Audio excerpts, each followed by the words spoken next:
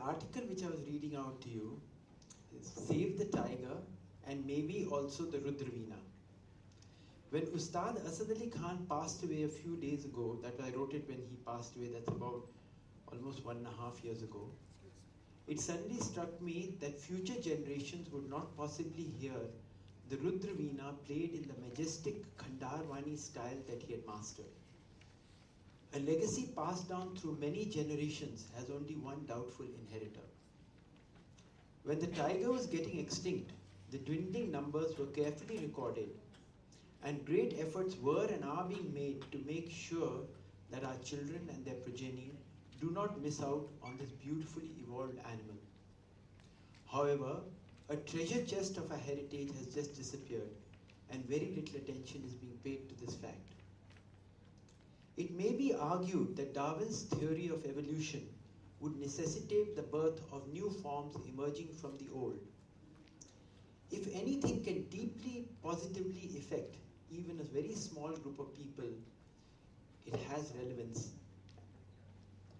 The Rudraveena and many other instruments and art forms in this country like Dhrupad, Surbahar, Gotuvadyam, Kudiyattam, Biraha, Pandavani, and the Patua style of painting are fast disappearing. Our ancestors, realizing that each human being is unique, designed many roads leading to the same goal. We learn about these great discoveries from our gurus and then choose one or more to find our own way. Each of our art forms represents a philosophy of life, and when one is lost, we lose one road to the top of the inner mountain. Srimati Kishori Amonkar, the great vocalist, said a few years ago that once a handful of musicians leave us, classical music would not remain the same. Changes come, and they should, but once the raison d'etre changes, then there's a problem. In the past 3 years, great masters have passed away, including Pandit Ravi Shankar, Ustad Ali Akbar Khan, Pandit Bhimsen Joshi, D.K. Patamalji, etc., etc., etc. And there's practically no one to replace them.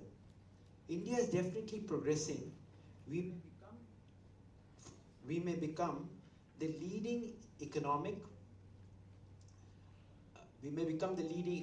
power, the technological power, the military power by the year 2020, but India may not remain India. Its biggest contribution to humankind is that it's developed different forms of yoga, different methods of connecting with the inner self. The knowledge and wisdom of these techniques is slowly getting lost. They are either mutating into something with a totally different worldview to ensure their survival, or are dying a slow death like the Rudraveena. The West has given us so much in the outward tangible domain: cell phones, internet, cars, planes, air conditioners, etc., due to which our day-to-day living has been made much easier in the physical domain. You know, I was lucky to be in the US for many years and work in Bell Labs. At that time in Bell Labs, there were a handful of Nobel laureates there also. But what I remember about Bell Labs is that they're brilliant people in the outward domain. But when I looked at them, many a time we couldn't see eye to eye, meaning in the sense that there couldn't be a eye connect, which showed that, what happened is that going all the time into a particular domain outwardly, they couldn't connect with people in a very one-to-one manner. And this is true of the West. I've stayed there many years. I can say that the way Indians or the Easterners can connect with what I call this as the inner domain, recognizing ourselves in others, that is not so much there in the West. Though, not to deride the West, in the scientific domain, in the technological domain, it's incredible what is being done in the West. We are very, very much far behind compared to them. Yes, we are trying to catch up, and we will catch up maybe. But in the process, if we lose the best of experimentation which our ancestors have handed down to us from generation to generation, that would be very sad. The intangible domain which contributes to making our lives fuller and more meaningful has been experimented with extensively in this country. However, because its results take time to show, belief in the processes suffers in this day and age of instant gratification. The Rudraveena, which is one of the casualties, forms a beautiful part of our classical heritage, which is nothing but Nadyo. This is a wonderful method of connecting with the within to reach a goal which is abstract, subtle, inspiring, and most importantly, mystical. It is much easier to see the deforestation taking place all around us, but much more difficult to be able to realize the inner blindness which is taking over society at large. Here I'd like to mention, because I'm here at NSIT, I'd like to say that, just to give a small example, if we mix two chemicals in the lab, we can see the color changing. And that has been the forte of the West. Here in our country also, great experimentation has been done in which two chemicals are being mixed inside. And you can't see the color changing, but you can feel the color changing. And that too with a delayed response. The problem is today that we don't have the time to wait. First of all, we don't have the eyes or the feeling to be able to feel this change in color that's taking place inside us. And secondly, we don't even have the patience to wait for it. So what happens is this whole domain which is there, one whole domain of experimentation, is sort of lost to us. And let me give you one more example so that you'll understand. Say if I'm feeling hot, how would traditionally a Westerner look at the problem? Traditionally, a Westerner will say, when I'm feeling hot, if I twirl the air around, I should feel cool. So what he or she does, develops the fan, which we use. Say, no, I'm still feeling hot. So what I do is, I know expansion of gases has an effect, and I develop the air conditioner, and this lovely auditorium has got lovely air conditioning, thanks to that. But traditionally, how will an Easterner look at the same problem? Traditionally, an Easterner will say, I'm feeling hot. It's because the surrounding air is hot. It touches my skin. It sends an impulse to my brain. The response and impulse makes me feel hot. What if I can break this impulse-response chain? I should feel cool. So what he or she does, sits down in Padmasana and tries out different experiments with the body. Breathing in, breathing out, etc., etc., etc. After a number of years, the person says, I got it. I know how to break this impulse-response chain. And I tell one of you to come here, I'll teach you. He says, no, I'll go to NSIT. I'll go to refrigeration and air conditioning lab. And that'll be fine. So what happens to this whole domain of very, very scientific experimentation, mind you. And this is only the tip of the tip of the tip of the iceberg I'm talking of. So, my friends, first of all, we must be able to appreciate the fact that most discoveries in the last 2,000 years in the outward domain have been made in the West. Let's be very clear on that. Our country has also been doing something. And the experimentation and the results of the experimentation are basically in the inward domain. If we can take both and balance it, we'll be lovely human beings. Now, why do I say that? I'm going to now another small piece, which is specific directed at the young person of NSIT rather. Checking it out. Today the young person has got a lot of freedom to explore. With the internet, the mobile phone and the television, the youth is being exposed to the best and the worst at a very early age. In previous generations, social and family structures had created some norms based on the experience which had to be adhered to. But with globalization, all rules have broken down, and the inexperienced teenager, or sometimes even the small child, is left to find her own way.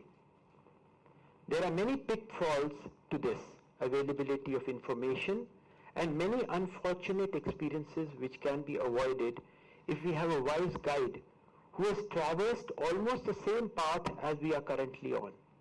We call such a person a guru. Changing priorities in society have made true gurus a rare commodity. Faith and patience have also taken a beating in the current atmosphere of instant gratification, resulting in people not being able to recognize a great master even if they come across one. Consequently, the youth will have to develop the inner strength to go through life relatively unscathed. Our heritage can construct this support system beautifully. It builds an anchor which pulls us back to shore whenever we are going through turbulent times. Previous generations had a relatively safe passage through life, but now the youth are being thrown into the deep blue sea, which they have to learn to navigate largely by themselves. The key lies in them learning to connect with themselves. This is the art of yoga, which has been discovered in this great nation by our ancestors. If the youth all over the world, not just in India mind you, could learn some form of yoga, their lives would become fuller and more meaningful. Let me explain with the help of an example. The man-woman relationship, that's so important these days. This can bring out the highest degree of selfishness. We are aware of the unhappiness that romantic relationships largely generate in the modern context. Knowing this, we still run towards the flame like a moth to experience fleeting moments of extreme pleasure at the cost sometimes even of death. The mind takes a hold of us and leads us into the abyss. If we could somehow control this mind, we could avoid such a situation. It is not that the relationships are intrinsically bad. It is in the manner in which the mind makes us approach a relationship that makes it good or evil. If we could somehow direct the mind, we could make relationships beautiful. Yoga helps us to do exactly that. In fact, there's a very nice saying, अच्छे भोग के लिए अच्छे योग की जरूरत है. By practicing any of its forms, the mind becomes ekagra, focused, and tends to obey the commands of its master more frequently. But this is not sufficient. So the practice does two more things. It cleanses the mind and also makes it subtle. With this, the subtle mind, being able to recognize the pitfalls in the abstract domain, is able to guide the human being, taking her to unprecedented heights. Nad Yoga is one such technique, developed using sound, which manifests itself in our classical music. Hatha Yoga uses the physical body to help us achieve the same. And Bhakti Yoga, Gyan Yoga, Raj Yoga, and many other paths experimented extensively in this country can help us find our way. There is a very thin line of demarcation between what is right and what is wrong. The same situation can turn from right to wrong or vice versa in a split second. A controlled, pure and subtle mind can help us discriminate and can take us in the direction which will facilitate our inner growth. With so much of disharmony in today's society, which is a reflection of the disharmony within each individual, it is a need of the hour to develop ourselves internally. Now here I'd like to say that, when I finished my engineering from IIT, I went abroad, as has just been mentioned. I went to Columbia University to study. And I'll tell you something, I remember when I was applying for universities abroad, I was very excited. I was more excited about going to America than about studying, OR and all that. When I went there, I found that the education was superb, no question about that. I mean, I can't forget whatever I know a little bit in my subject, I think is because of the great masters whom I had occasion to learn from there. But what I also found was there's everything khula. Jaise yahan ho raha hai, like it's happening in India today. Everything was khula. You could try everything. It was in New York City. The best, the worst, everything could be tried out. And you were left to do whatever you wanted to do. Now, what I found was one of my other friends had gone with me. And he had to be deported back to India. And I somehow managed to scrape through. Now, how did I manage to scrape through? I found that I was studying nicely, but there was always this constant attraction towards all the sensual things that were around me. It was so khula. So what I found was that the thing that really sort of got me through was that every day doing that little yoga, not just Hatha Yoga. I used to start learning classical music, and I found that my mind became slowly but surely like a laser beam. So what I could do was, when I didn't want it to go into that side, I could just put it here. I'm not saying I'm still perfect at it. A lot more effort has to go into it. But I can say what a beautiful technique. And I learned it just by fluke. Because I was never interested, I didn't know what this business of classical music is all about.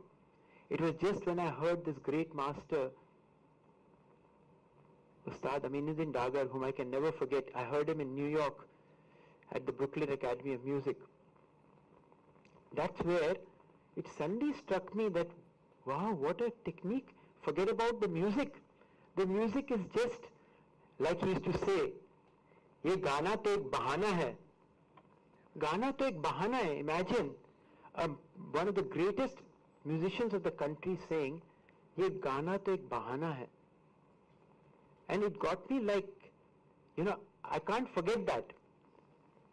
I started learning and I found that not only was it helping me navigate through New York City, but it was helping me to do my research in a beautiful manner, much better than I was before.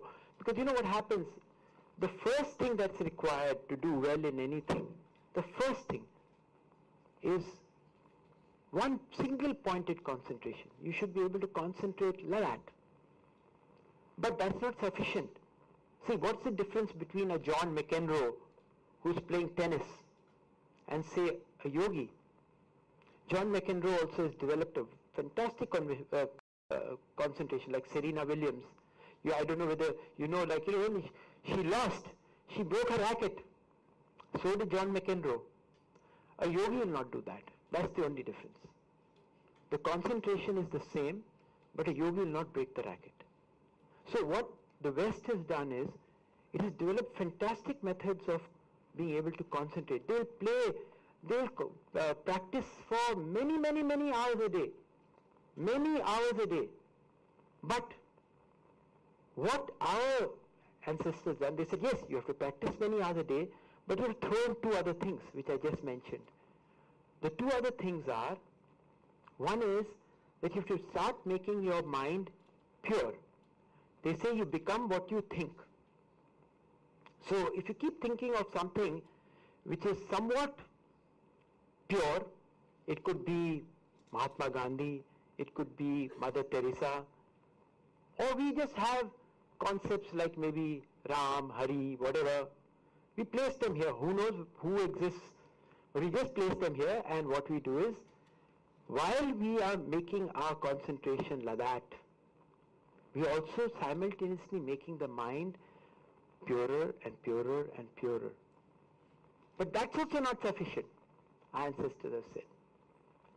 They said what has to be done is to recognize the difference between the real and the unreal. You have to also develop a very, very, very subtle mind.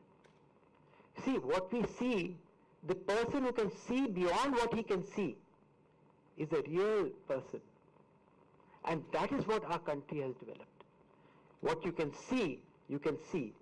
But say, for example, even like Einstein, imagine for him to think about the fact that light can bend. I mean, he must have seen something beyond what he can see. There's no other way. All these great masters, be it scientists, be it our scientists, it's the inner domain, scientists of the outer domain, whatever, they have to have seen something beyond what they can see. So that subtle mind has to be developed. And that is, all these techniques are for that. I think my time is up. Yes, so I'll stop here, and I'll just stop with this one request to my dear friends here, that while you are trying out everything, checking it out, while you are studying, while you are trying to make it in all domains, give a little bit of time to develop a little bit of patience and a little bit of faith. But these two things are prerequisites to entering this domain. Thank you very much.